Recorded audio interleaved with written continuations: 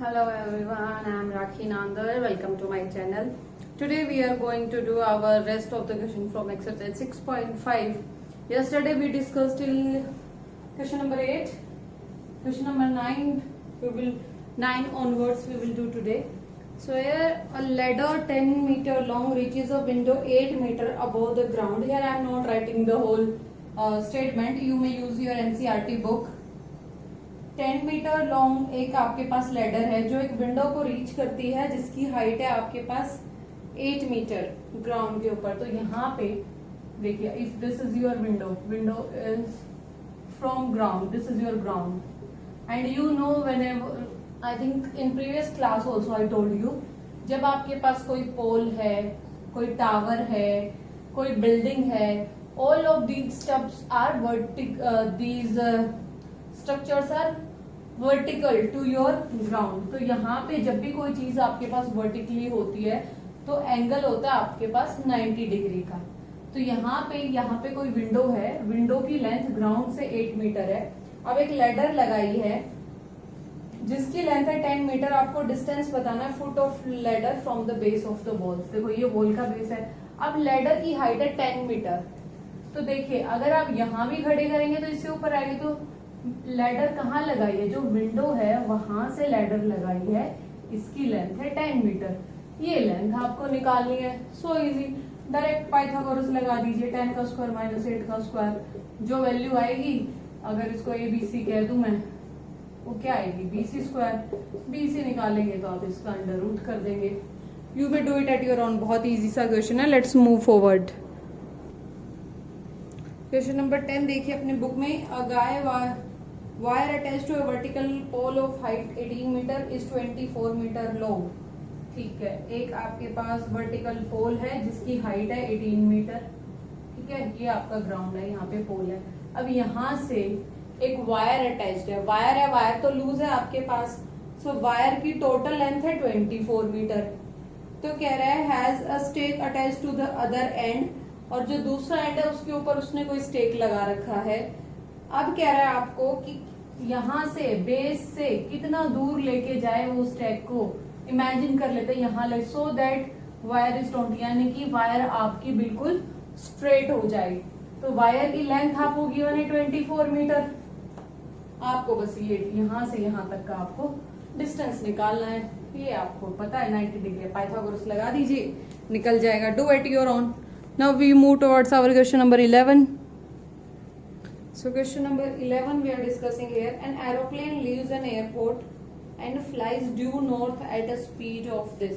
अब देखिए, whenever we have this kind of problem, first thing make your graph of geometry. Geometry का graph आप कैसे बनाते हैं? ये आपके पास ओरिजिन है, ये आपके पास ईस्ट है, ये आपके पास वेस्ट है, ये आपके पास नॉर्थ है, ये आपके पास साउथ है। बेसिक स्ट्रक्चर आपको पता है ज्योग्राफी का। अब देखिए, कोई एरोप्लेन है, वो एयरपोर्ट से निकलता है and flies due north at a speed of 1000 kilometre per our. अब यहाँ से वो 1000 किलोमीटर पर आवर की स्पीड से निकल रहा है। ठीक है जी, स्पीड गिवन है यहाँ पे आपको एरोप्लेन की।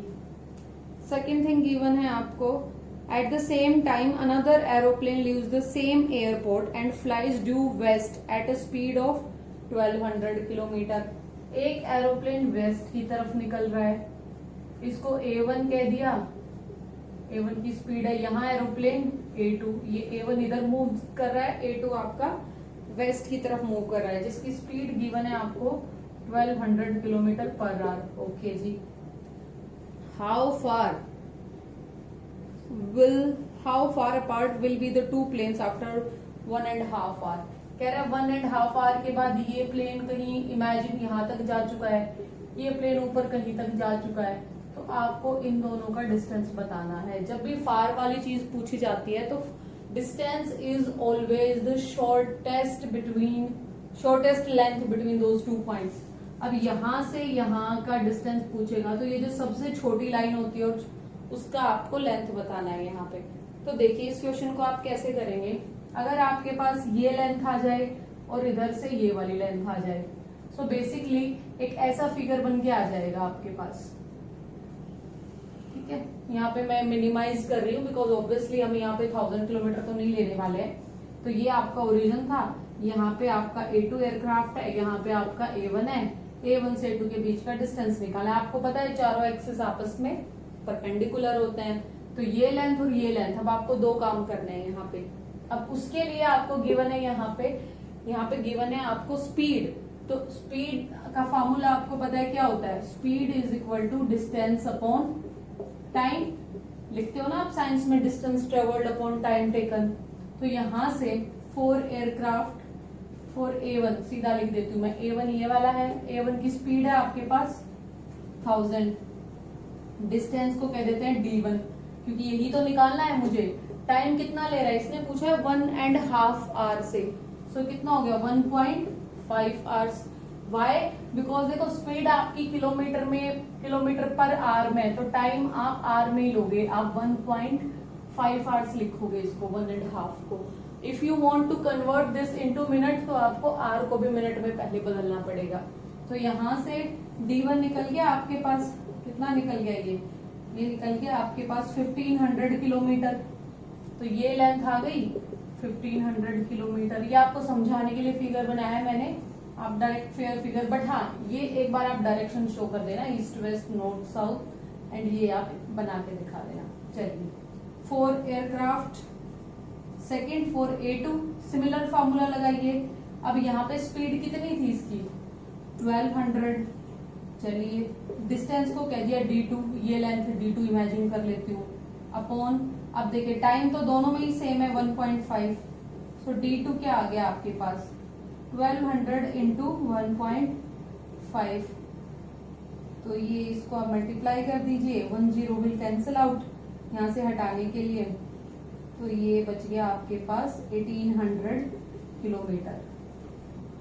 1500 किलोमीटर ये है, 1800 किलोमीटर ये है, ये लेंथ निकाल सकते हो। Yes, so distance between A1 and A2 कैसे निकालोगे, पाइथागोरस लगा दीजिए, 1500 का स्क्वायर प्लस 1800 का square. Now I tell you one trick. अब जब ऐसा क्वेश्चन हो आपके पास, now I am erasing this, मैं पॉज द वीडियो, ये सब आपको लिखना है। तो इसके बाद एक ट्रिक मैं आपको बताती हूँ। क्या करना है आपने, ये डिस्टेंस है जो आपको निकालना है, वो ये आप 100 कॉमन ले सकते हो दोनों से, 100 का स्क्वायर ही पूरा बाहर निकलेगा दोनों में से, तो अंदर बचेगा सिर्फ 15 का स्क्वायर प्लस 18 का स्क्वायर। 100 का स्क्वायर बाहर निकालोगे आप तो ये सिर्फ 100 बाहर निकल जाएगा, अंदर आप इन दोनों को सॉल्व कर दीजिएगा, आपके पास आंसर आ जाएगा। ये ट्रिक मैं इसलिए बता रही हूँ, देखो स्क्वायर है, अंडर रूट से स्क्वायर रूट कैंसिल हो जाता है तो 100 बाहर निकलता है। आप इन जीरो को साथ में लेके चलेंगे, कैलकुलेशन लेंथी हो जाएगा, परफॉर्म करने में मिस्टेक होने के चांसेस ज्यादा हैं। तो इस तरीके से आप शॉर्ट ट्रिक कर लीजिए। You may pause the video to write it down. Now question number 12, I am reading it out. Two poles of height 6 metre and 11 metre. बच्चे ओपन यूर NCERT बुक ताकि समझ आए आपको स्टेटमेंट्स क्या हैं। दो पोल्स हैं आपके पास जिनकी हाइट है 6 metre and 11 metre, stand on a plane ground. Plane ground के ऊपर दो पोल है, एक पोल की हाइट है 6 मीटर, दूसरे पोल की हाइट है 11 मीटर। ये सिचुएशन है। अच्छा, दिया क्या है आपको, if the distance between the feet of the pole is 12 metre. ये फीट है दोनों, इसका डिस्टेंस गिवन है आपको 12 मीटर। पूछा है आपसे यहाँ पे find the distance between their top. ये दोनों के टॉप पॉइंट है, इन दोनों के बीच का डिस्टेंस चाहिए आपको। तो देखिए क्या करूं, नेमिंग कर देते हैं ABCD, ये दो आपके पास पोल्स हैं, इन पोल के बीच का गैप है 12।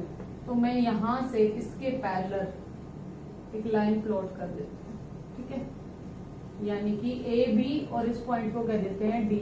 AB और DE आपके पास इक्वल होंगे।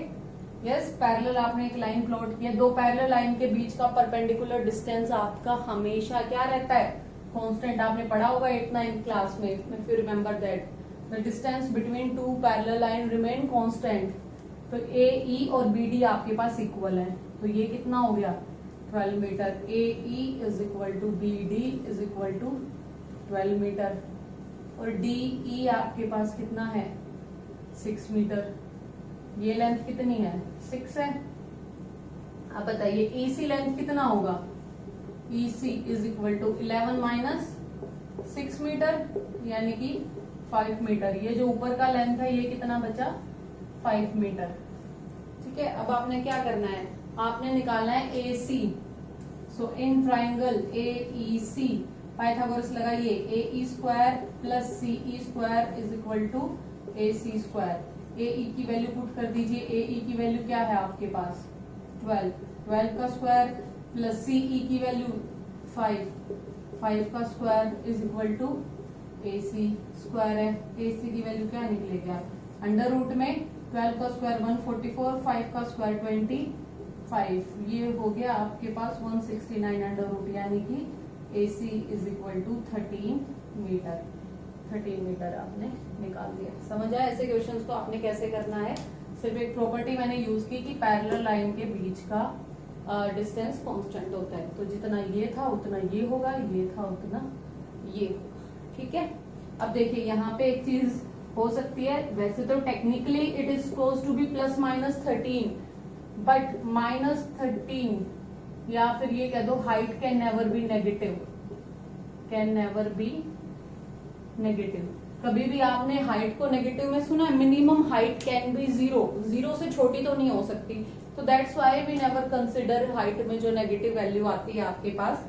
तो यहाँ से डायरेक्ट मैंने लिख दिया AC is equal to 13 metre. Never forget about unit. एक बार इस क्वेश्चन को बड़े अच्छे से देख लीजिए, इसका आप आगे इस तरह के क्वेश्चन आप ट्रिग्नोमेट्री में भी यूज करने वाले हो, तो कंसेप्ट आपका यही है, पैरेलल लाइन के बीच आपके पास ये डिस्टेंस कांस्टेंट रहता है, जितना ये है उतना ये। You may pause the video to write it down and if you have so here is our next question. Again figure is not given to you. D and E are points on side CA and CB respectively of triangle ABC.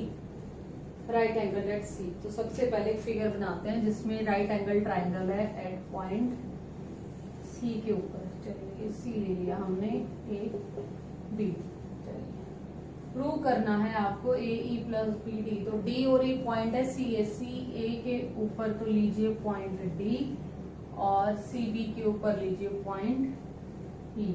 ठीक है जी, अब देखो join किस किस को करना है, हमने ए ई चाहिए तो ए और ई को ज्वाइन कीजिए, फिर आपको बी और डी चाहिए तो चलिए बी और डी को ज्वाइन कीजिए।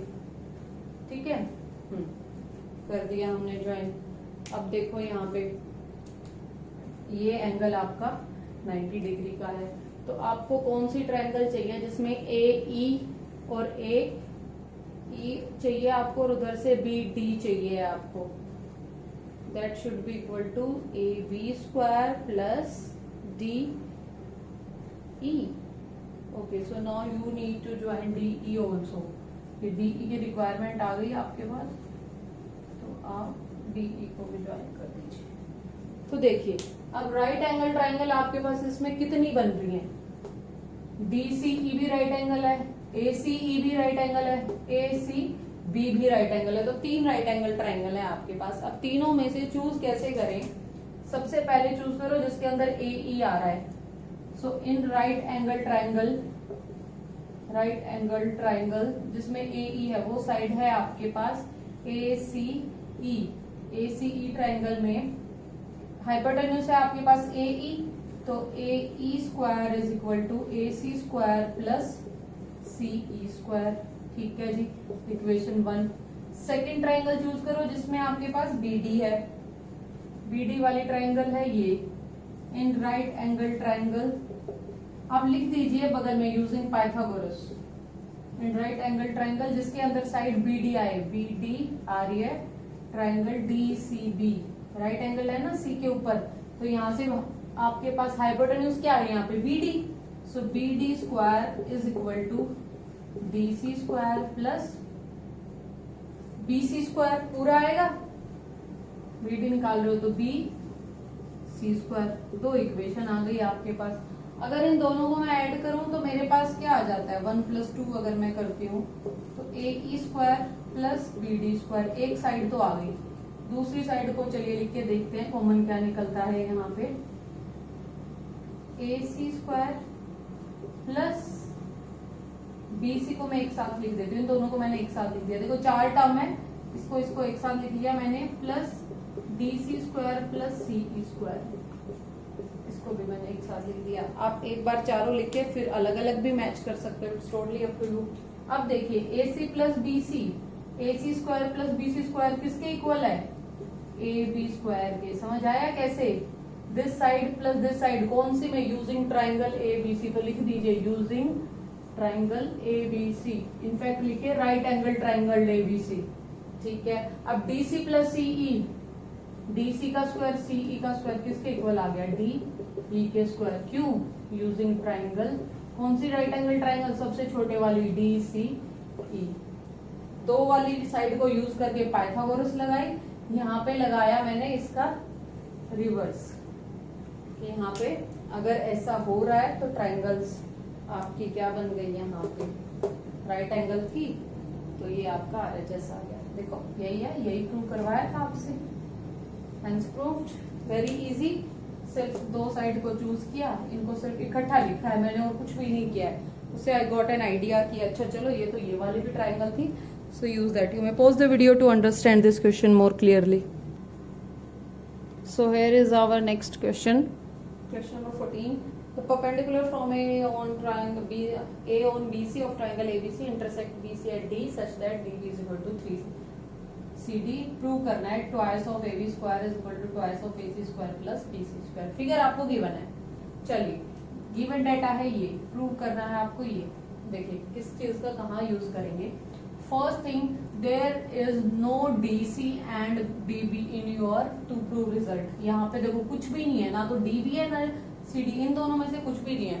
So one thing we got कि आपको इन दोनों क्वांटिटीज को किसकी फॉर्मेट में चेंज करना है? BC में। So देखिए DB plus CD complete BC बनाती है आपके पास, दिस प्लस दिस कंप्लीट है BC, तो इसको ऐसे लिख सकते हो आप। अब यहाँ से DB को आप क्या लिख सकते हो? 3CD plus 3CD plus CD is equal to BC, यानी कि 4CD क्या है? BC, विच एम्प्लाइज CD की वैल्यू क्या आ गई? 1/4 BC, और इसी से DB की वैल्यू क्या आ गई? DB की वैल्यू 3/4 BC। कुछ नहीं, CD की वैल्यू उठा के पुट की है मैंने यहाँ पे। समझ आया क्या किया? This plus this complete BC बना रहा है, तो DB की वैल्यू जो गिवन है 3CD वो मैंने पुट की। CD सेम क्वांटिटीज हैं, कैन बी एडेड, 4CD हो गया, BC के इक्वल था, तो CD किसके इक्वल हो गया? 4 उधर जाके डिवाइड हो गया 1/4 BC। तो DB की वैल्यू और CD की वैल्यू, दो वैल्यू आपने निकाल ली। अब लगाते हैं पाइथागोरस। कैसे? दो राइट एंगल ट्राइंगल दिखाई दे रही है आपको, दोनों ट्राइंगल में कॉमन है AD, सो AD को पुट कर दो दोनों ट्राइंगल से। इन राइट एंगल ट्राइंगल ADB में क्या है आपके पास? AD स्क्वायर की वैल्यू कैसे निकलेगी? AD स्क्वायर की AB square minus BD square, ऐसे ही निकलेगी। My marker is not giving dark colour, I will use another one, black one I will use. तो देखिए यहाँ से क्या हुआ? BD स्क्वायर आपने उधर सब्ट्रैक्ट हो गया, हाइपोटेन्यूज माइनस बेस, परपेंडिकुलर आ गया, इसको कह दिया इक्वेशन 1। इन राइट एंगल ट्राइंगल ADC में क्या किया आपने? फिर से AD निकाला, इधर से भी इधर से AD क्या निकला? AC square minus CD square, ये इक्वेशन 2 हो गई। क्या किया आप? Hypotenuse square minus base square, पर दोनों में ही AD कॉमन है आपके पास, तो क्या किया? इक्वेशन 1 और 2 इक्वल हो गई, LHS इक्वल था तो यहाँ से RHS को इक्वल पुट करो, AB square minus BD square is equal to AC square minus CD square. AB square is equal to AC square minus CD square, इसको उधर ले जाओ, प्लस BD स्क्वायर। AB को मैंने इधर रख लिया क्योंकि मेरा रिजल्ट इस फॉर्मेट में मुझे चाहिए था। अब वैल्यू पुट करनी है और कुछ भी नहीं करना। CD की वैल्यू क्या है? 1/4 BC। अब देखिए स्क्वायर बाहर है, अंदर नहीं है, बाहर स्क्वायर है, तो पूरी टर्म पुट करने के बाद BD की वैल्यू भी BC की टर्म में 3/4 BC का स्क्वायर। अब इसको आपने बस सॉल्व कर देना है। So I need some space here, तो मैं इसको हटा देती हूँ यहाँ से, यहाँ मैं इसको सॉल्व कर रही हूँ। देखिए सो ए बी स्क्वायर की वैल्यू क्या आ गई आपके पास, ए सी स्क्वायर माइनस 1/4 BC है, तो कितना बन गया 1/16 BC square plus 3/4 9/16 BC square. अब देखिए BC स्क्वायर सेम क्वांटिटीज है, अलग से टैकल कर लेते हैं, कितना बना 8/16, सीधा भी सॉल्व कर सकते हैं, you are in 10th standard, इतना मैथ्स तो डायरेक्ट यूज कर लेंगे हम। डिनोमिनेटर सेम है, सीधा हो गया, ये हो गया 1/2, तो A B square is equal to A C square minus B C square upon 2 को आप एलसीएम लेके उधर मल्टीप्लाई कर दो, 2ab square is equal to 2ac square minus bc square. Wait sign यहाँ पे प्लस का आएगा, ये माइनस का 1 था, प्लस का 9 था, तो प्लस का 8, ये आ गया आपका रिजल्ट। मैच करके देखो, सेम है बिल्कुल, यस बिल्कुल सेम है। समझ आया क्या किया, यहाँ से इन दोनों का रेलिवेंस BC के साथ निकाला और सिंपल पाइथागोरस लगाई, यहाँ पे थोड़ा सा मैंने मैथ्स लगा के स्क्वायर करके सॉल्व किया, सेम क्वांटिटीज में कन्वर्ट किया। You may pause the video to understand it well. If you have any doubt, do let me know. Question number 15 you will try by your own. If you have any doubt, do let me know in comment section. Only then I will take. Question number 16 we have done. हमने एक पीछे question किया था जिसमें मैंने आपको थोड़ा सा हिंट दे दिया था इस क्वेश्चन के लिए। सो क्वेश्चन नंबर 15 एंड 16 आप अपने आप करेंगे, कोई डाउट है तो मुझे बता दीजिए। And from my side this exercise is complete, and with this chapter 6 is also complete. Optional exercise you will do by your own, and do let me know in comment section अगर doubt है। if you don't ask doubt, how I will come to know कि आपको doubt है या नहीं है, आपको समझ आ रहा है या नहीं आ रहा है। so do at your own, एक बार खुद से करेंगे तभी आपको समझ आएगा बच्चे। again and again I am telling you the same thing, maths किसी के पढ़ाने से इतना नहीं आता जितना आपको सेल्फ स्टडी से आता है। ये एक्सरसाइज कीजिए, चैप्टर कंप्लीट कीजिए, very important from board point of view, and I think I have covered all the important question. All the best, have a good day students, thank you all.